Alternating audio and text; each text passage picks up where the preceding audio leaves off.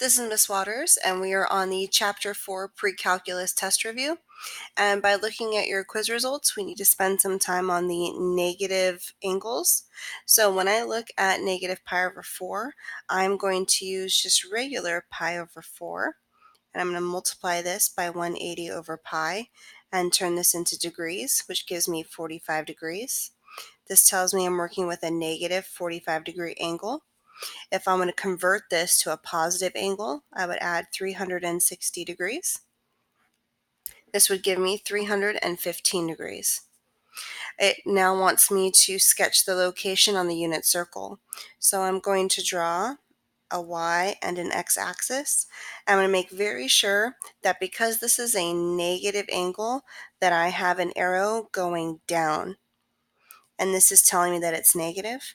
Then I can show off where my 315 degrees is.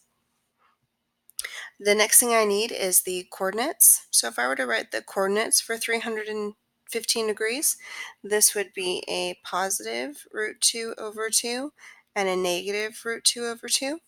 And we did this from when we were looking at the unit circle, and our trick was 1, 2, 3, 3, 2, 1, always starting with the y values. Because I know 315 is in the middle, I divide both of them by 2 and square root both tops. The positive value is x, negative value is y. I also know the first value represents cosine, second value represents sine.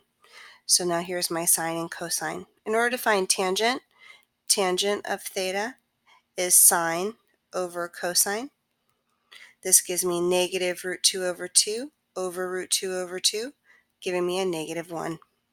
And now I have all of the elements. You need to do the same thing for 1, 2, and 4.